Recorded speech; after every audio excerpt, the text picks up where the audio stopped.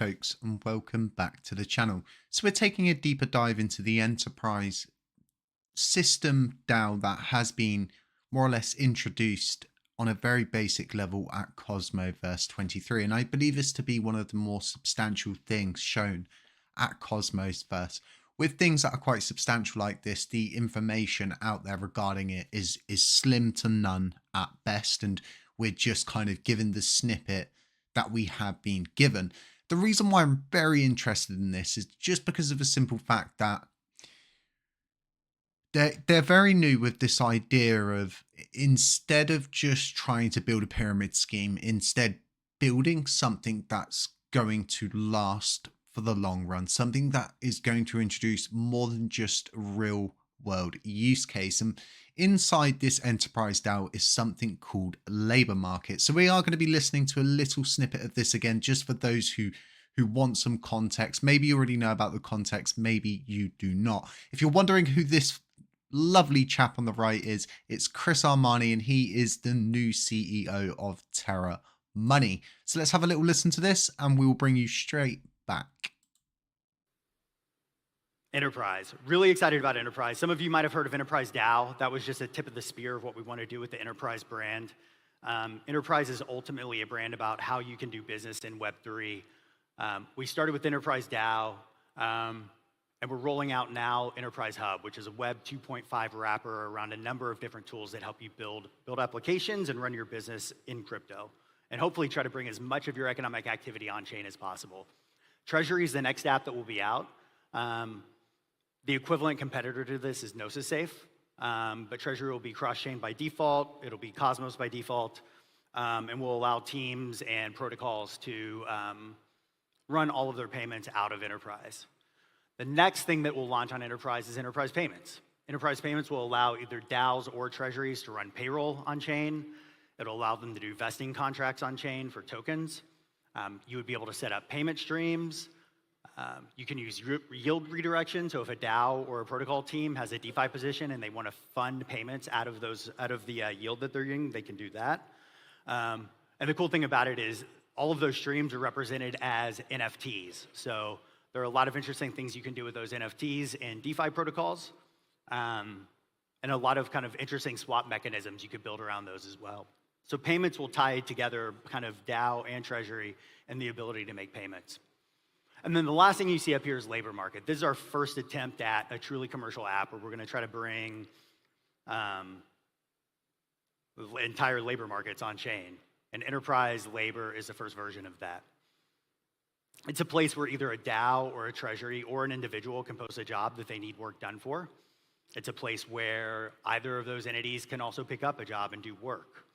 It's going to be wrapped in a reputation layer that we've already built. So an individual, a DAO, or a protocol that's doing work for another party will be building reputation at the same time. That reputation will be completely decentralized. They can take it with them to any platform they want to use. They can use it in Web 2. They can use it in Web 3. It really brings the best of Web 3 to, it kind of combines the best of experience you would see in something like Upwork or Fiverr, but with the sovereignty of owning all of your data, owning your profile, and not having platform lock-in. So this is really important. So Chris he's very smart and he understands you cannot bring in a whole new user base of people and simply just lock them into a chain. It doesn't work like that, and that's not what the Cosmos is about. So as we can see, we've got Hub in the middle, and like I said, there's not a lot of information out there about this. So you've got Hub in the middle, and what we can tell is there's going to be an NFT system as to which that NFT system ties into payments. It is also your identification if you're posting jobs, if you're taking jobs, and you can take this identity across the Cosmos to show that you have done that kind of work. And it's really good. So giving the Fiverr treatment, bringing that system over to the Cosmos and then integrating that as best as you can is an absolute game changer. And from what they're talking about and the way that they are speaking about this, it seems like it's going to be something that's open source. Anybody can create a DAO and anybody can jump on this and utilize it. So for example, let's say we create the LUNC DAO. Oh, really bad one. Stop it. I'm digging a hole. Let's call it USTC DAO. That's really good. So for example, if we started up our DAO and we wanted to start posting jobs on our blockchain. We've got all of this work, we lay out the jobs, we attach the money to it, and this would all be tied into an NFT. We could get developers to come over, and this is so important. And for me, I've not been in crypto any longer than the majority of you that are listening to me right now. If you've been in this since the start of LUNC, then your understanding is at a level of mine. And I spend every day trying to learn as much as I can about everything to try and really break things down as best as I can. Enterprise is probably the best and most interesting thing to be in development right now for the Cosmos, because this is like a do-it-all system. We're developing a pay-per milestone system at the moment, which for all intent and purposes is a very, very simple form of payments. A very simple form of payments. And the pay-per milestone system could be far more advanced, as to which it could actually just be labor market and payments tied into one thing. It's something at the moment that I've noticed with Chris is he wishes he could port all of the LUNC community and the USTC community over to Luna, but that's not ever going to be the case. There's two chains, and I think something Chris needs to understand, and hopefully at some point this video gets to him. The majority of the LUNC community is comprised of those who wanted to try and help save the Luna blockchain when the call was put out on Twitter for people to buy in, people to try and prop up the price, even down to people who spent all of their money buying up Terra NFTs at the time. We're a community that formed to try and help the community that was damaged so badly, and we're two chains, and from where I'm sitting, it's an absolute no-brainer right now for the TFL team to just go and say to themselves, we've got the classic network, which is Columbus 5, and then we've got the mainnet, which is Phoenix 1. Why don't we just roll updates out for both? We're already updating the legacy system. They're already rolling out different updates. They fix rejected proposals. Why not now just say to themselves, hey, there's a whole community over there. There's a whole user base that's completely untapped. They're looking for someone to roll out updates for them who they can rely on. Why not simply say to themselves, we have two blockchains and we must treat them as two blockchains? Because there's a lot of us that don't validate on Luna, and it's never ever going to be a thing where we could ever get into the active set over there, because it's a total different world over there. It's an absolute war zone trying to get into the active set, because you need to knock the person who's 130th out. So it's a consistent fight trying to get delegations, and Luna's nowhere near as cheap as LUNC. We don't have an active set, things like that. Thank you, speaker. I really appreciate that. As you can tell, we don't edit videos here. For me, labor market is the most ultimate tool to draw in what a blockchain needs most, and that's developers. And if you're bringing developers on board because there's bounties, bug bounties, job bounties, and all of these different things, and then you're giving them credentials at the same time that are based on their own action, so they've got more than just incentive. They actually get to walk away from this blockchain with a bit of a certificate saying, hey, I worked on this, this was proposed, this was passed, this is what work I did, here are my PRs. It would all be there, and you could tie this all into NFTs like Chris is saying, or you could tie it into contracts. There's so many different routes with this that it's trying to plot something like this out, that there's really so many routes. You've got Warp Protocol, you've got all of these different things, and it seems like Enterprise is going to be utilizing Warp Protocol to deal with the payment side of things and really working with different people in the Cosmos.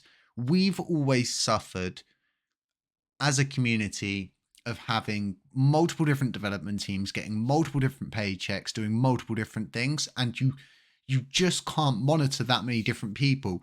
The supervisor from one group, or the leading person example from one group, won't want to listen to the leading person from the other group, but that person might listen to that person, and it's nobody can really go in and peek on the other people's work without feeling intrusive. It's at this point you just need to do it all team, and as much as that is centralized, if we want this blockchain to get somewhere, our future of decentralization has to come at some kind of cost. There has to be some sort of compromise somewhere where we simply say to ourselves, we need to do it all, team.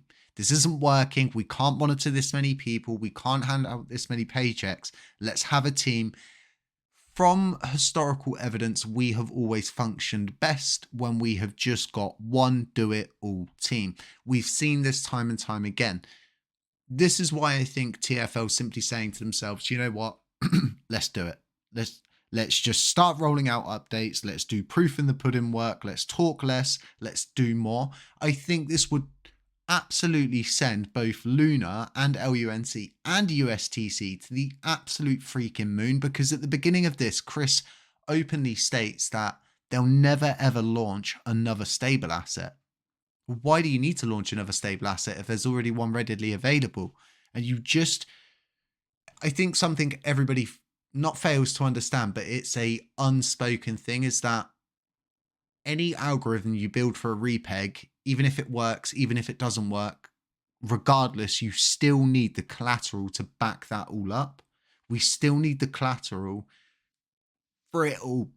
It's never going to be a thing where you can just go, oh, we've got the algorithm, let's make it, let's put it into play, let's get it done. You do it, and then all of a sudden collateral appears out of nowhere. It's just not going to happen. And we keep paying people without looking at these core things of, where's the collateral going to come from? If we're paying you $40,000, where are you getting all of the money from to do this repeg? It's, have you signed a deal, or have you done all these different things? We just don't know. For me, moving forward, I would either like to see a team that can do it all, or someone like TFL just start rolling out updates, or rolling out more advanced updates than they are currently. I'm really, really excited to see where Enterprise is going to go and where this is going to lead us as a community and how we can best utilize it. Because things like this normally get open source. It's not just going to be for them. It's going to be for the whole cosmos first. This could work out for all of us. So we'll have to see where this goes. But for now, this is definitely something for us to grasp and look to in the future as something that we're going to benefit from directly, that we can just simply jump on board, create the Terra Classic DAO, and oh, look, see, I come up with a name already. We could just do that, and we could start rolling out jobs. We could do all of these different things, and we could attract the development that we need, because as it stands at the moment, to me, it seems like all of these different people are digging their heels in, and they're doing it intentionally. They're doing it intentionally because either their paychecks have gone, or they've said they're going to work for free, and you're not really getting much communique from them. And I feel this is all intentional in a way to sort of cut their noses off to spite their face, if that makes sense. It's becoming quite apparent, and even the community, what's going on with these different teams. So if anybody's got a direct line to this dude right here, get a hold of him, show him the video, and let's get something sorted out, because no one's going to budge, right? Us as a community, we're also going to dig our heels in with the idea of ever trying to merge both of the chains. It's never going to work unless you do an active set of something crazy. You give everybody a 1-for-1. It's just not going to work. There's too many ins and outs. Unify the two chains and move forward together. There's a whole user base over here that would quite happily utilize different things if updates were being rolled out. It's really that simple. Folks, let me know what you think about this. Let me know what you think about Enterprise. Let me know what you think about labor market. If you think this is a good idea, if you definitely think it's something that's going to benefit us as a community, or if it's not. Other than that, stay safe, stay humble, stay aware, and as always, I'll catch you in the next one.